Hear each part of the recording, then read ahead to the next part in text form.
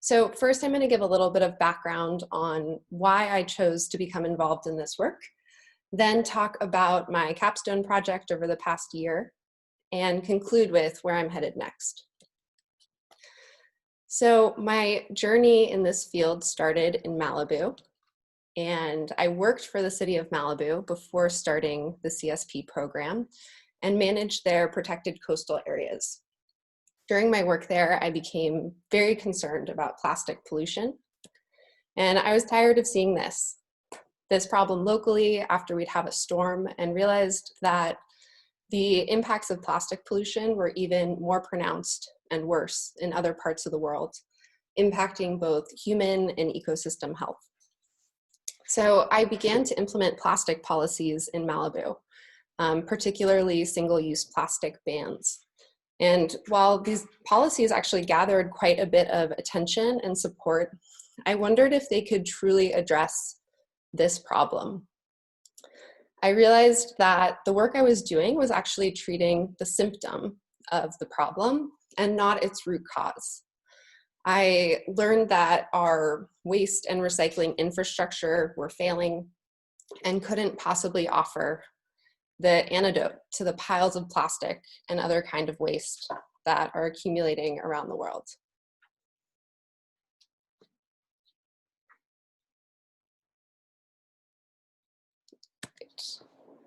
Let's see. Can you guys not see my video?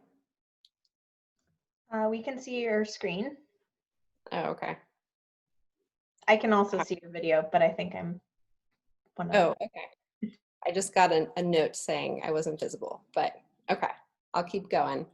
I hope it's working for most of you. You are spotlighted, so you should be the top person for everyone's video right now. Yeah, we see you, no problem. Okay, awesome. Sorry about that interruption. So the true problem is our linear economy, which functions as a take, make, waste system.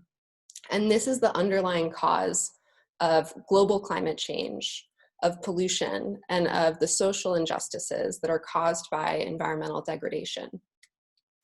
So the alternative to our current linear economy is a circular economy. And there are three primary principles that govern a circular economy. First, design out waste and pollution.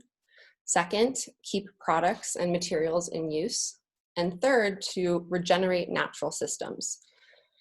With these principles, we can create regenerative systems that make valuable products without causing harm and further marginalizing vulnerable populations. This was the lens to the system level change that I used to approach my capstone work.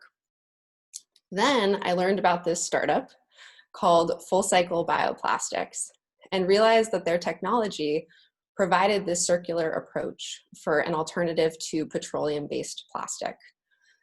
Full Cycle's technology uses organic waste like food waste or cardboard and can use that waste as a feedstock to these naturally occurring bacteria that produce fat called polyhydroxyalkanoate, which we refer to as PHA. And that fat actually resembles plastic and can be extracted and used to create alternatives to plastic. So this technology really embodies the principles for circular materials, which is mapped in this diagram. So we start with PHA resin being made from organic waste. Then compostable products are made from PHA. Brands can use compostable products and create brand differentiation at retail. Consumers then have a choice in the materials that they use. And ultimately, that PHA is collected alongside organic waste streams and can go right back to the facility that made it in the first place. And we call this upcycling because there's no downgrading of the material in this process, and it essentially becomes virgin PHA all over again. So I decided to join the Full Cycle team, and these were my capstone objectives. First, to demonstrate that Full Cycle's technology can scale for a commercial application and function as a closed-loop circular economy solution to plastic. Second, to communicate the value of circular economy solutions and the appropriate application of this technology to truly get at the highest value use for these materials. And last, I wanted to understand the policies that would influence the uptake of this technology, especially given like the groundswell movement that has influenced recent policy adoption globally at both local, state, and country levels. For the purpose of this talk, I'm going to focus on my first objective, which took the form of building Full Cycle's first demonstration scale facility at Google in Mountain View, California. This is that facility, and Google partnered with Full Cycle to build the first production facility, which is a 10 times scale up from the small pilot that was running at Full Cycle's lab. The facility is co-located next to a large commercial kitchen that prepares food for Google's food program that feeds its employees. And the inedible food scraps are the feedstock for Full Cycle system, which then turn it into PHA and compost.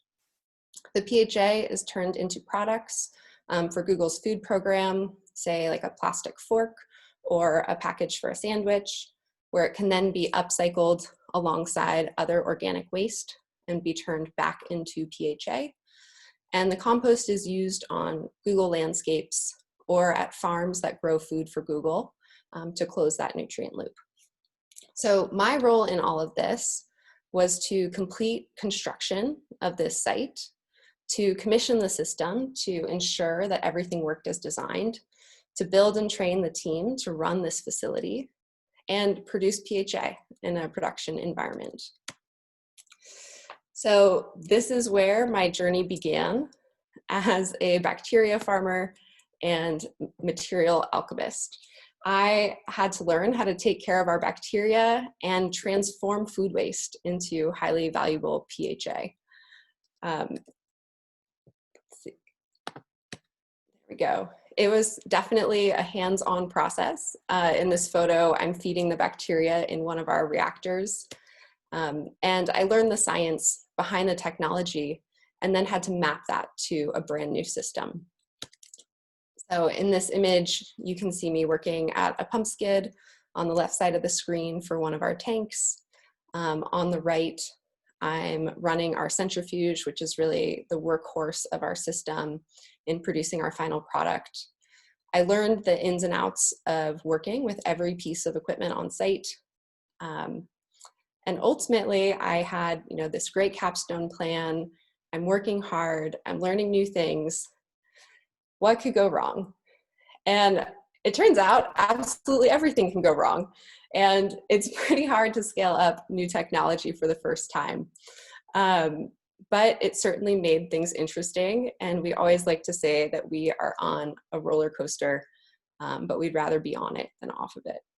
So I'm going to show you some of the things that went wrong and get at some of the greater learnings. And the first one is a video. And it's actually the first day that we started up the system. A ton of work had gone into this day.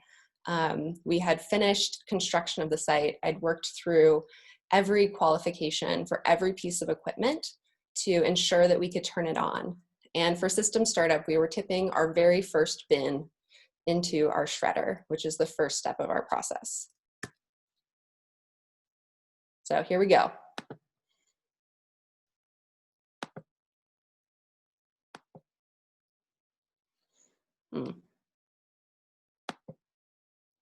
No.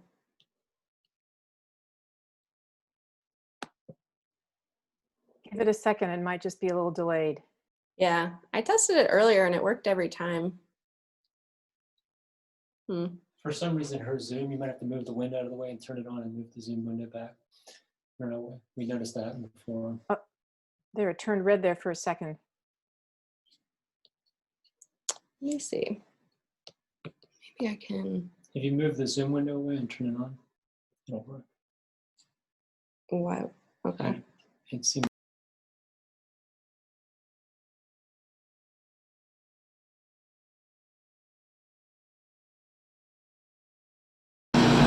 This is the first tip ever of real food waste into the system. We do not know what's going to happen.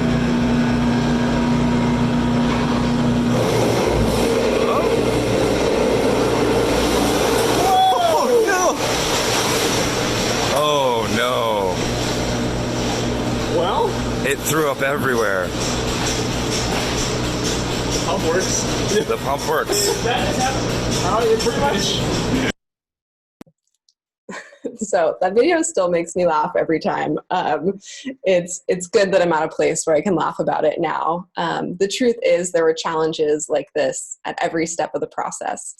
And we actually changed our approach to commissioning so that we could simultaneously commission different stages of the process rather than waiting to do them sequentially. We learned that the faster we broke things, the faster we could fix them and ultimately improve our process. I threw in a few more highlights from our site failures for you, where we had a delivery of 250 gallons of caustic soda, which is sodium hydroxide, fall off of a delivery truck. This is definitely one of the scariest, probably the scariest near miss we had on site. Thankfully, nothing broke open, and we doubled down on our safety program and spill response program after this one, and never ordered this large of a quantity of anything ever again. We had our base pump burst and spray sodium hydroxide all over part of our site, and it actually made its way through the fence. So I got to go on site late at night to neutralize this and clean it up to make sure things were safe. We had our selection reactor completely overflow. This was New Year's Eve and cover most of the site. This was another big cleanup job and understanding what programming didn't work to cause this to happen. So anyway, this is just a small sampling of the things that my team has handled over the past year. This kind of thing seemed to happen on a weekly basis. But ultimately, these trials and tribulations taught me to be humble. Working at this site has been the most humbling experience of my career. To be resilient and to be adaptable, especially in highly dynamic situations. We persevered as a team and got better along the way. And we approached failure as a growth opportunity. And I finally understood that if you aren't failing part of the time, then you probably need to dream bigger. And unknowingly, all of this prepared us for the biggest curveball of this year, a global pandemic. So this was my first global pandemic. I didn't have any prior experience to how you respond to such a thing, but I was able to use the same approach that I brought to the other challenges we dealt with on site. And I took inventory of what was happening, what I knew, and simply made the next best decision. We pivoted quickly as a company and stockpiled as much of the food waste from across the entire Google campus as we could, knowing that our source of feedstock would completely disappear once Googlers moved to work from home. And thankfully, we were able to keep our reactors alive and keep our staff safe. And along the way, we still made PHA. So on the left, I'm sitting with a bucket of our cell paste. This is the final product that we make on site at Google. And on the right, you can see the different stages of PHA. The dark brown is the dried and ground up cell matter. The PHA is then extracted into that white powder, and then it can be pelletized and extruded into products like the film that I'm holding here. I'm holding a few of our product demos in front of the facility here. And this is to show that our project served as a proof point for full cycles commercial aspirations and demonstrates the circular material in action from start to finish. This project de-risked full cycles technology in a production environment at Google, which moves full cycle closer to its mission to scale for global impact by providing local solutions to global problems. And what's next for me? I'm going to continue my work with Full Cycle as their Director of Operations. We will continue to make more PHA and refine our process there. And I'm going to shift my focus to operationalizing our extraction process next. Our team continues to grow. When I started a year ago, I was the first operations employee at Full Cycle. In that year, we've grown to a team of 5, and by early July, we'll be a team of 8, and I expect that trend to continue. And ultimately, this is driving us closer to building our first commercial facilities.